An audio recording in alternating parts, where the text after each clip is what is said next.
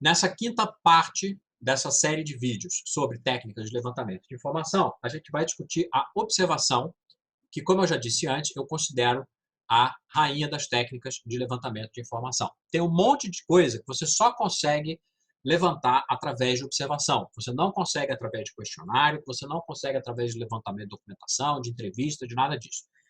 A observação, ela é... O que é a observação? É a verificação in loco do processo de trabalho dos usuários, clientes ou sujeitos da pesquisa. Então, é aqui que entra, por exemplo, um dos tipos de observação é a etnografia, que é uma técnica usada pelos antropólogos e que pode ser adaptada, para qualquer tipo de pesquisa. E a observação, a característica principal da observação é que você vai lá ver. Então, por exemplo, é muito frequente, eu tive a experiência de conversar como mentor aí de startups, de muita gente, de muitas startups que estavam desenhando produto, desenhando MVP, etc., para um determinado público, com base em entrevista, com base em questionário, e eu perguntei, para essas startups, tá, mas você foi lá ver como é que a pessoa usa isso aí no dia a dia? E as pessoas não tinham ido. Tá? Então, por exemplo, vamos supor que você tem uma startup onde você está criando um produto para médicos ou para clínicas. Você foi lá na clínica, você passou um dia inteiro numa clínica para ver como é que ela funciona? Não fui. Então você não fez observação e provavelmente você não está pegando nem metade do que é necessário você saber para você criar o seu produto. Você está fazendo um produto você está criando um produto, por exemplo, para resolver questões de hotéis, vamos dizer assim. Você foi lá e viu como é que o hotel funciona. Você foi lá e ficou lá um dia inteiro atrás do balcão do hotel para ver como é que são os processos do dia a dia. Então, a observação é absolutamente fundamental para você entender a fundo como que a coisa funciona. E tem uma série de razões que a gente vai ver já por que a observação pega essas coisas e as outras técnicas não pegam. Mas antes disso, vamos fazer uma classificação de diferentes tipos de observação, ok? Então, tem duas dimensões aí que eu queria comentar, que são as seguintes. Uma é se ela é anônima ou consentida, e uma outra dimensão é se ela é distanciada ou participante, ok?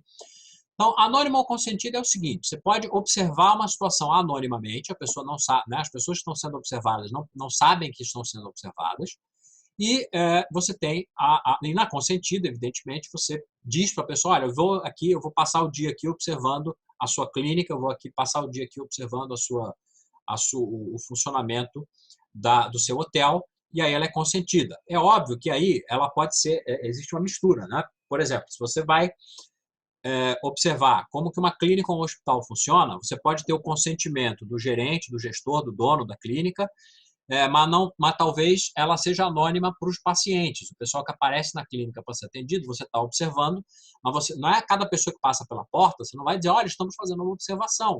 Você concorda com o que está sendo observado? Isso provavelmente é fora da realidade, não dá para fazer. Então, na maioria dos casos, não vou dizer na maioria dos casos, mas em muitas situações, você vai ter uma mistura. Você vai ter uma observação que alguém consentiu, mas que você vai observar pessoas que não sabem que você está fazendo uma observação. Em relação à outra dimensão, que é distanciado ou participante, a observação distanciada é aquela na qual você apenas observa. Você vai lá e fica olhando, tá? Olhando, gravando, filmando, não importa, Você pode, evidentemente, na observação, o ideal é que a observação seja gravada, filmada, até para você poder depois levantar as informações melhor, Você ter aqui um registro daquilo ali. Agora, a observação participante, ela é um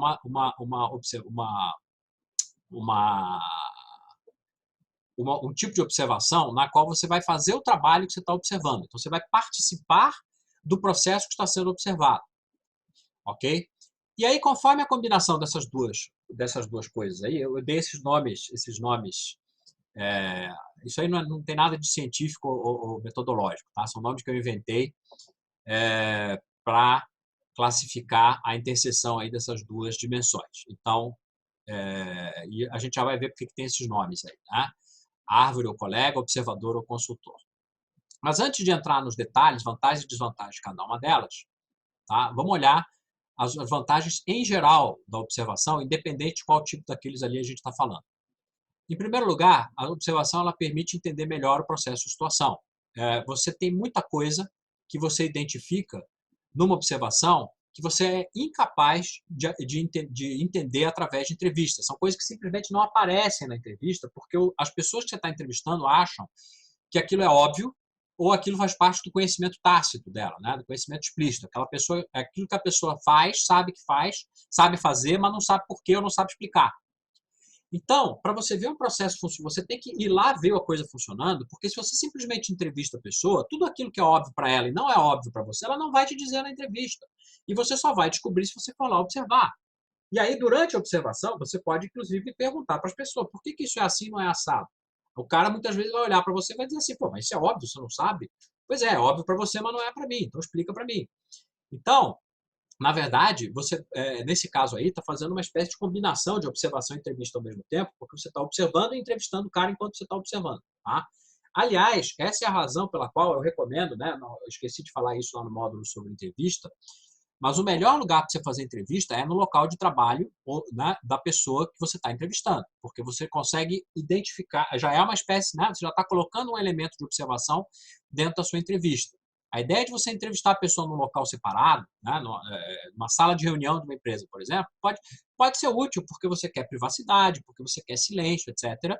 Mas, de uma maneira geral, é melhor entrevistar a pessoa no seu posto de trabalho do que no local reservado. Isso também é um erro muito frequente. As pessoas acham que a entrevista tem que ser feita em sala de reunião. Tá, tudo bem, tem suas vantagens, mas a minha opinião é que para você já ser capaz de introduzir um aspecto de observação dentro da entrevista, é que você faça a entrevista no local normal, onde a pessoa vai usar o produto que você está desenhando, ou vai usar o sistema que você está especificando, ou vai usar o processo que você está desenhando e assim por diante. As desvantagens da observação é que ela pode tomar muito tempo, né? Você normalmente precisa, né? Uma observação bem feita vai gastar, você pode ter que gastar, sei lá, um dia inteiro, ou até vários dias, né, para observar uma determinada situação. E também que apenas algumas variações do processo vão ser observadas. Você não vai deixar, tem exceções, tem coisas que não vão acontecer, tem coisas que acontecem, mas que não vão acontecer no momento que você está observando. Elas aconteceram, né? Eu estou lá, eu passei o dia de hoje observando lá a clínica, tá? Eu quero desenvolver um produto para a clínica. Legal. Só que tem coisa que aconteceu ontem, tem coisa que vai acontecer amanhã, que eu não estava lá na clínica ontem, nem vou estar amanhã. Então, essas coisas eu não vou observar. Então, algumas variações do processo vão ser observadas, principalmente aquelas mais frequentes, e você vai ter que suplementar a observação com as outras técnicas que a gente viu aqui. Então, já deve estar ficando óbvio para você que nenhuma técnica funciona sozinha. Você tem que usar essas técnicas todas em conjunto. Porque a observação, ela pega muita coisa, mas ela pega aquelas coisas que são as mais, digamos assim, a ordem natural das coisas, e você vai pegar algumas exceções de forma mais ou menos aleatória, né? Enfim, aquilo que acontecer no momento que você está lá fazendo a sua observação, mas tem várias coisas que tem várias exceções de processo, tem várias situações excepcionais que você não vai pegar simplesmente porque você não está observando no dia em que elas acontecem. Muito bem. Agora vamos olhar as vantagens e desvantagens dos diferentes tipos de observação por tipo, tá? Então, olha só. A observação distanciada, ela permite a visão global do processo. Na medida em que você não está participando, você consegue ver o processo como um todo. Essa é a vantagem. Observa que eu coloquei aí em verde e vermelho. Verde é vantagem, vermelho é desvantagem, né? Então, a vantagem da distanciada é que permite a visão global do processo, a desvantagem é que não permite compreensão de detalhes de conhecimento tácito. Ou seja, pelo fato... vamos primeiro falar o que é a participante. Na participante, você vai lá e participa do processo. Né? Você é mais um. Então, por exemplo, você está lá querendo desenvolver o seu produto para atendimento em clínica, então você vai ficar atrás do balcão atendendo como se você fosse um atendente. E aí você vai aprender o processo e vai adquirir o conhecimento tácito, ou seja, o como fazer, pelo próprio fato de você estar fazendo, e você vai obter uma compreensão muito maior daquele processo por estar participando dele do que simplesmente se você estiver olhando de fora. Então, na observação participante, você tem a vantagem de que ela permite você conhecer detalhes e adquirir conhecimento tácito, coisa que na distanciada não tem. A desvantagem é que você pode perder a visão global do processo, porque na medida que você está metido ali na tarefa, você vai perder essa visão global. Então, óbvio, né, já deve ter ficado óbvio para você, que o ideal é uma combinação de distanciada com participante. Pode ser que você comece com uma distanciada, né, para obter uma visão geral do processo, e depois você passa a participar do processo em um ou mais papéis dentro daquele processo para obter mais detalhes. Então, de novo, uma combinação de distanciado e participante pode ser útil.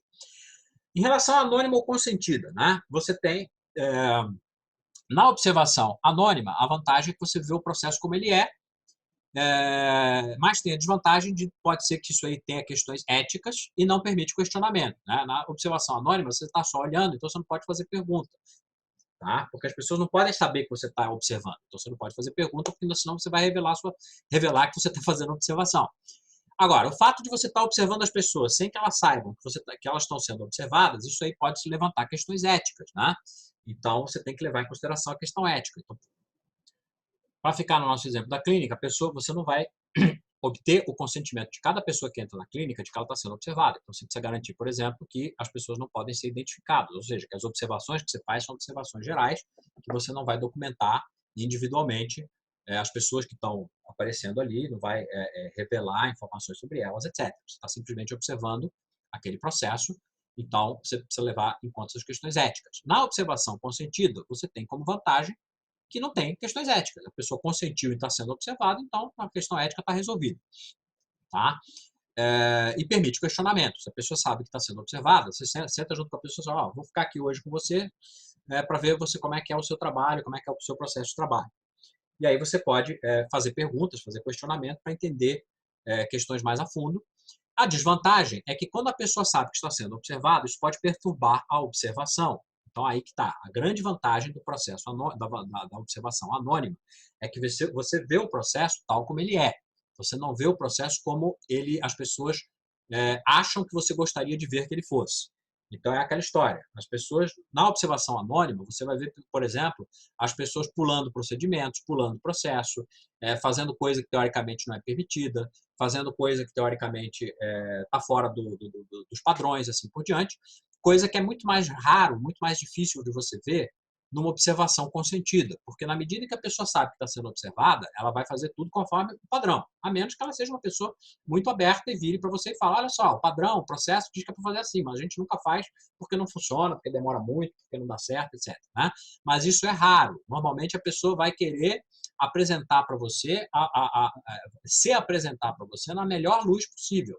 Então ela vai fazer a operação padrão. Então você não vai ver a coisa como ela realmente é, mas a coisa como ela deveria ser. Ok? Bom, quando você combina essas duas dimensões, você tem essas 4 situações aí. Né? Uma que eu chamo de árvore, que é você fingir que é árvore. Você está disfarçado de árvore, que é a observação distanciada e anônima. Então, as pessoas não sabem que estão sendo observadas e você não está participando do processo. Então, você é como se fosse está usando um disfarce de árvore. No caso da observação anônima e participante, as pessoas estão te vendo como um colega. Elas estão te vendo, né? Você vai se introduzir dentro de um processo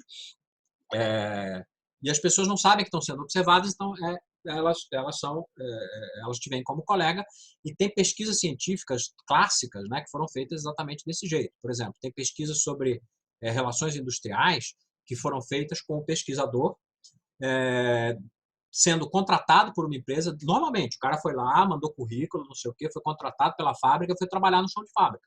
E ficou lá trabalhando durante meses no chão de fábrica e fazendo observação, e ninguém sabia que ele era um pesquisador. Ele foi lá, terminou a pesquisa dele, pediu demissão, foi lá, anonimizou, né, não disse que empresa que era, as pessoas nem nada, e gerou a tese dele. Então ele resolveu os problemas éticos desse jeito, mas é um caso desse tipo. Foi uma pesquisa participante e anônima. O cara foi lá ver como é o dia a dia do trabalhador daquele tipo de fábrica. Então ele foi lá trabalhar como um trabalhador daquele tipo e depois ele pegou e relatou a experiência dele dentro do livro, da tese. Isso é bastante frequente. Quando você tem a combinação de distanciada e consentida, é quando a pessoa, você está observando, você obteve o consentimento para observar o processo, mas você vai lá e simplesmente observa. Então você está na figura aí de simplesmente observador, alguém que está olhando. Quando você combina quando é uma observação consentida e participante, normalmente os caras sabem que estão sendo observados e você está participando do processo. Então, mais ou menos, é como se você estivesse sendo visto como um consultor ou alguém que está ali para participar do processo, mas ao mesmo tempo observar e levantar informações. Ok? Então, para resumir a questão toda da observação, a observação é uma das técnicas mais ricas para você levantar informações, é uma das menos usadas, e no caso principalmente de startups, tá? Mas também vale para arquitetos, para levantamento para desenho de processo, para desenho de sistema, etc. Mas especialmente para startup, ela é absolutamente fundamental. Tem que fazer observação. Observação não é opcional, não é um negócio que eu faço se tiver tempo. Você tem que olhar os seus clientes potenciais no seu ambiente em que eles vão usar o seu produto. Você tem que observar eles usando o seu produto e, inclusive, a observação pode ser feita em várias fases, em vários momentos. Você pode ter uma observação inicial para ver como é que é o processo hoje, quais são os problemas que o cara tem hoje em dia, e você pode depois criar o seu produto, seu protótipo, seu MVP, etc., o que quer que seja, né? A sua primeira versão do seu software, não importa. Né? Mas quando você já tem alguma coisa, você vai fazer uma segunda rodada de observação, que é para observar as pessoas usando o seu produto, seu MVP, o seu protótipo, o que for, né? E ver o resultado disso aí, né? Ver se elas estão gostando, se elas não estão gostando, se estão conseguindo usar, se não estão conseguindo usar. Então, a observação ela pode e deve ser usada, inclusive, em várias fases aí do desenvolvimento do seu produto, ok? Bom, com isso a gente termina aqui o capítulo sobre observações e no próximo a gente vai para recuperação da informação, que é a sexta parte, o sexto vídeo dessa série sobre levantamento de informações, ok? Até lá!